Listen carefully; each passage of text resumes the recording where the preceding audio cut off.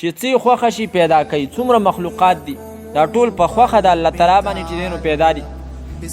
کاغه منګ یینو کنینو کاغه په شپې کې ښکاری که د ورځې ښکاری کاغه د سره ښکاری نه که په دریابونو کې دي زنګلاتو کې دي فضا کې په هوا کې دي په سړو کې دي. الله تعالی فرمایي دا ټول چې پیدا دي دا زما په خوښه پیدا دي. یخلق ما یشاء.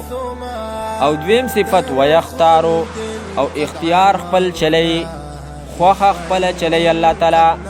دا د الله دوه صفتونه دي. یو د الله د پیدا کولو او دویم د الله تعالی د اختیار او د خپل خوښ.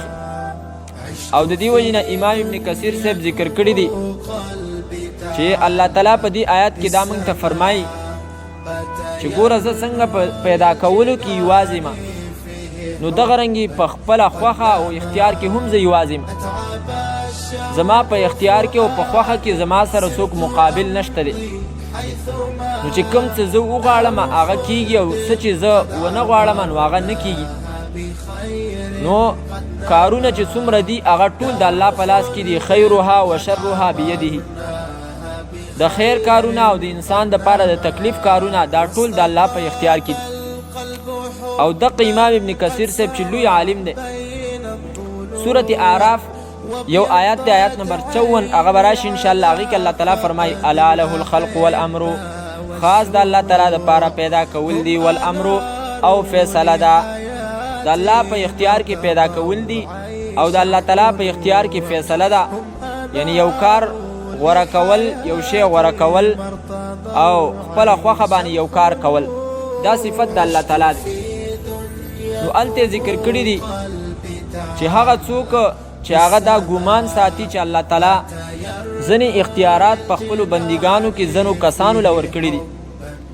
وایي ده په هغه شریعت باندې په هغه کتاب باندې په هغه قرآن باندې کفر وکړو چې کوم الله تعالی په خپل پیغمبر باندې را لېږلی دی دا کافر شو. چې یو څوک دا وایي چې یاره زه خو دا منم چې الله تعالی خالق دی خو دا نه منم چې الله په اختیار کې صرف یوازې دی. نه حضرت علی له اختیار ورکړی دی.